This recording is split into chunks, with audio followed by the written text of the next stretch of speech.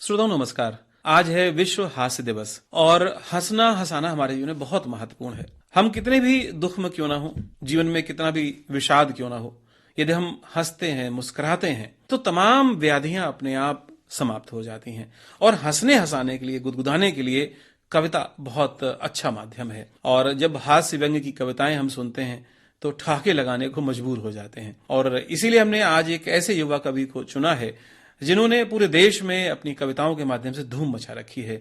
कवि का नाम है ऐलेश अवस्थी। ऐलेश जी, आपका स्वागत है। नमस्कार। नमस्कार सर। ऐलेश जी, आज विश्व हास्य दिवस है तो हम चाहते हैं कि आप अपनी कविताओं के माध्यम से हमारे श्रोताओं के लिए कुछ हंसने हंसाने के, कुछ गुदगुदाने के पल लेकर आए। जी सर, पूरा प्रबंध किया है। आकाशवाणी के सभी श्रोताओं को प्रणाम करता हूं। और सर ने बताया कि विश्व हास्य दिवस है 1 मई को, और उस दिन सर एक मजदूर दिवस भी है। तो मैं प्रणाम कर लूं जितने भी मेरे कुंवारे बादशाह हैं उन सबको, और जितने भी शादीशुदा मर्द हैं जो कि मजदूर हैं उन सबको भी प्रणाम करता हूं। और उनसे साथ मेरी संवेदनाएं भी। बिल्कुल सही कहा कि भाई जब आदमी कुंवारा हो तो अपने को बादशाह तो समझता है। तो प्रारंभ करते हैं। जरूर। मैं छंद पढ़ना चाहता हूँ। स्वागत है सर। पहले इस व्यवस्था पर कि बेलन की मार, कि बेलन की मार, शेरनी किसी दहाड़, कांपे हाड़ के पहाड़, जी हजूर ही तो होता है। और होती हैं बे सेब संतरा अंगूर स्ट्रॉबेरी, सो आदमी बेचारा बस खजूर ही तो होता है। क्या बात है। तो बीबी की कृपा रुके नहीं, इसीलिए कभी वो सारे हुक्म माने, मजबूर ही तो होता है। और माफ कीजिए जनाब, किंतु सत्य है जवाब, शादीशुदा मर्द मजदूर ही तो होता है। वाह वाह वाह, क्या बात है। हमें पूरा भरोसा है कि आपकी घर में मजदूरी बढ़िया चल रही है और बेलनों की मार शायद आपने महसूस की है। जी सर, रोजाना करते हैं और हम ही नहीं सब करते हैं। उम्मीद है आप भी करते हो। तो बिल्कुल ये मेरा भी अनुभव है, और इसलिए मैं जब घर में जाता हूँ तो हेलमेट पहन के घर में जाता हूँ। क्या बात है, इसको हम भी फॉलो करेंगे जी। बाहर हो टाटा, सुनिए सर, बाहर हो टाटा बिरला अंबानी, आके आम आदमी हो बीबी घर में पानी ही भराती है। खुड़की दिखाती है, सुनाती है, भुनाती भुनभुनाती है, दिखाती सारा काम भी कराती है। क्या बात। तो दावत उड़ा के चलते बने जने, हमें बचाने नहीं आता, अब घराती ना बराती है। और लाल लाल गाल वाली बालिका विवाह के बाद लाल लाल आंखें करती है और डराती है। क्या मीठा मीठा डर का एहसास कराया है सर, वेदना है जो यही कह पाते हैं कभी घर में। हम आपकी वेदना के साथ पूरी तरह से साथ में जी।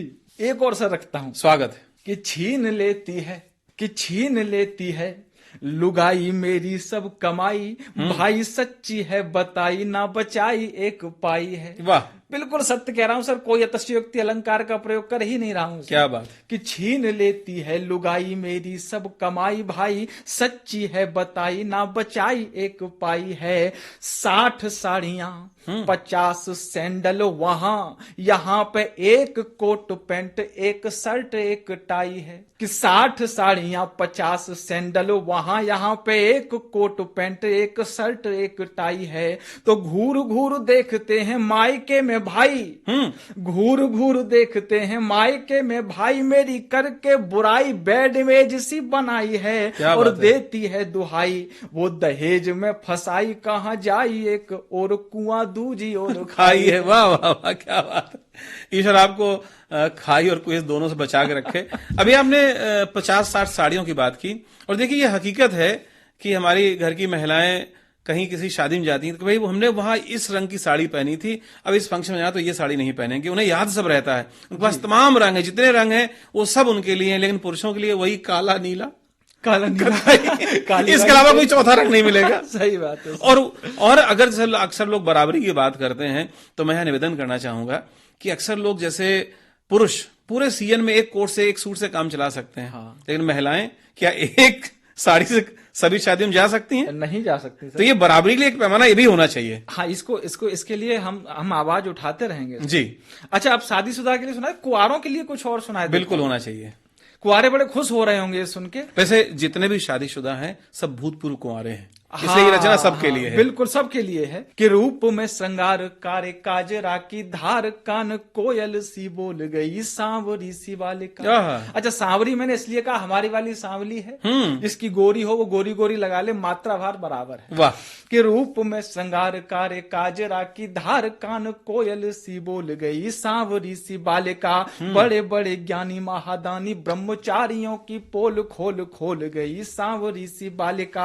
आंखों में नशा तो सुर्ख होठों के रसा को आई, श्वास श्वास घोल गई सांवरी सी बालिका। और प्रेम के दो मीठे बोल बोल बोल बोल के वो जेब को टटोल गई सांवरी सी बालिका। क्या बात है। नहीं, आपने जो अपने अनुभव थे कैसे आपकी जेब टटोली गई, ये बड़ा अच्छा वर्णन किया है। मैं ये कह रहा हूँ कि सावधान रहिएगा कि इश्क के बीमार आदमी को ना लगे दुआ, दवा का आंखों पे पड़ा है पर्दा हटाएंगे। और प्रेम का प्रमेय सिद्ध हो, प्रेम का प्रमेय कभी किसी ने सिद्ध नहीं कर पाया सर, कि प्रेम का प्रमेय सिद्ध हो सका कभी ना, जो बचा को चाहे जोड़ेंगे निचोड़ेंगे घटाएंगे। तो फुर्र हो गई निकाल के मनी हनी की क्या अदा थी नाजनी की, आज सबको बताएंगे। आई न कभी वो फिर ख्वाब में भी सामने जो कहती थी 7 जन्म साथ में बिताएंगे। वाह। और सर क्या क्या कर दिया है, ये खुद तो लगाया, मैं किसी ब्रांड का नाम नहीं ले रहा हूँ, खुद तो लगाया कोबरा का सेंट केवड़ी ने डीओ को वो केवड़ा बना गई। वाह, क्या और बात बात पे बड़ी बड़ी बनाई बात, और उमारी लात जेबड़ी का जेबड़ा बना गई। क्या बात है। तो आई थी तो थी मलाई, मीठू मीठू बोलती थी, जाते जाते रेवड़ी का रेवड़ा बना गई। और बोलती थी बाबू सोना, ढूंढती थी कोई कोना, बेबी बेबी बोल के वो बेवड़ा बना गई। वाह वाह वाह, बहुत साधुवाद, बहुत सुंदर कविताएं आप सुना रहे हैं। ये बताइए अलेश जी कि अक्सर देखा गया है कि मंचों पर जो कविताएं पढ़ी जाती हैं, हास्य व्यंग के लिए कुछ क्षेत्र निश्चित हैं। जैसे आपने अपना पत्नी प्रलाप हमारे श्रोताओं के लिए लेकर आए, कभी पुलिस पर, कभी प्रशासन पर, कभी नेताओं पर, तमाम व्यंग रचनाएं होती हैं। और जो मुझे लगता है कि हास्य और व्यंग, सबसे सुंदर हास्य व्यंग वही जो सबसे पहले अपने पर कहा जाए। बिल्कुल। तो इस पर आप क्या सोचते हैं? सर यही सोचते हैं कि हमारी धर्मपत्नी जो करती है वो सुना देते हैं सर आपको। वाह, स्वागत है। कि देव सेना जैसी। अच्छा, होता यह है सर कि वो हम कहीं जाना होता है तो हाथों में पानी भरते हैं और मुंह पे मारते हैं और पहुंचते भी नहीं चल देते हैं, लेकिन उसको 3 घंटे लग जाते हैं पीओपी करने में। वैसे में मुझे पूरा भरोसा है ये कविताएं आपके घर तक नहीं पहुंच रही हैं, जिससे कि आपकी सुख शांति बनी रहे। ईश्वर से प्रार्थना है पीठ भी बनी रहे, सर भी ठीक ठाक बना रहे। कि देव सेना जैसी दिख रही थी जो अभी अभी, तो मेकअप सत्य बता रहा हूं सर, स्वागत है। देव सेना जैसी लग रही थी जो अभी अभी, तो मेकअप धोला तो फिर कटप्पा जैसी हो। ओहो। और ताज के मीनार जैसी देह चाहती थी, किंतु सिंधु मोहनजोदड़ो हड़प्पा जैसी हो गई। ओहो, क्या बात तो रस भरी करारी सी जलेबी कभी बन न पाई, गोलगप्पे खा के गोलगप्पा जैसी हो गई। और बाल झड़ रहे हैं इनकी दाढ़ी मूछें आ गई, पप्पा की दुलारियां भी पप्पा जैसी हो गई। आपने बहुत ही सुंदर चित्रण किया है। जिनका भी आपके मन में इस समय भान होगा उन तक ये प्रार्थना आपकी पहुंचे, और जब आप उनके पास जाए, उनसे मिलें, तो उनकी आपकी अच्छी आवभगत हो, ये हम ईश्वर से प्रार्थना करते हैं जी। आगे आप क्या लेकर आए? अब मैं कुछ आपको प्रयोग बताता हूं कि मैंने कवि रहते हुए भौतिक विज्ञान में और रासायनिक विज्ञानों में, गणित में क्या प्रयोग किए, मैं इकलौता कवि अवसर करने की। बहुत बढ़िया। इससे पहले मैं जितने भी मेरे साथी हैं, श्रोता हैं, उनको 2 पंक्तियां और बताई तो शेर के माध्यम से, कि उम्र भर उसके चेहरे की गजल पढ़ते रहे वरना। एक अभी मैं पटना में गया था, वहां एक IAS मित्र मिले थे, उन्होंने कहा यार थोड़ा पढ़ लेते। तो मैंने उनसे कहा कि उम्र भर उसके चेहरे की गजल पढ़ते रहे वरना, किताबें बांच लेते तो कलेक्टर हो गए होते। वाह वाह वाह, क्या बात है। तो मैंने फिर पढ़ाई प्रारंभ की कविता में। बिल्कुल, स्वागत है। कि मन की मेमोरी चिप को गीला कर देती है, क्या बात। नाभिक के न्यूट्रॉनों को ढीला कर देती है, क्या विज्ञान और है। जब जब पड़ती है छारी ये नजर तेरी, दिल के लिटमस पेपर को नीला कर देती है। क्या साइंटिफिक आपने एक्सपेरिमेंट किया है। तो ये है सर। और मैं सुनाना चाहता हूं जी, अवश्य, स्वागत है।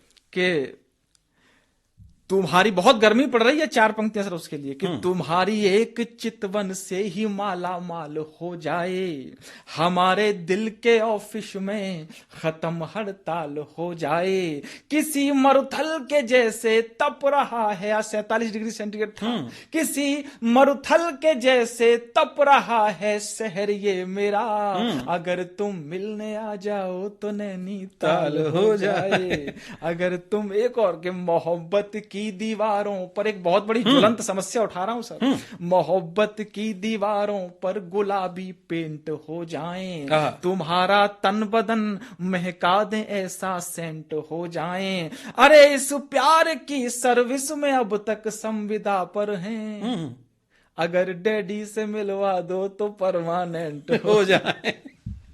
बहुत सुंदर। एक 4 पंक्तियां सर और स्वागत है। कि दोलन गति करती हैं आंखें, पलकों का आकर्षण है, बहुत सुंदर, और अधरों का आलिंगन जैसे 2 एटम का घर्षण है, और तेरी नजरों की विद्युतीय तरंगों के वश में होकर खिंचा चला आता हूं तेरा प्यार गुरुत्वाकर्षण। वाह वाह वाह, क्या परिभाषाएं दी आपने, न्यूटन के नियम भी सुना दिए। अभी जैसे आप बात कर रहे थे, आंखों की बात कर रहे थे, नैनीताल की बात कर रहे थे, एक हमारे युवा नए साथी थे, उनको कविता रचने की सूझी जी।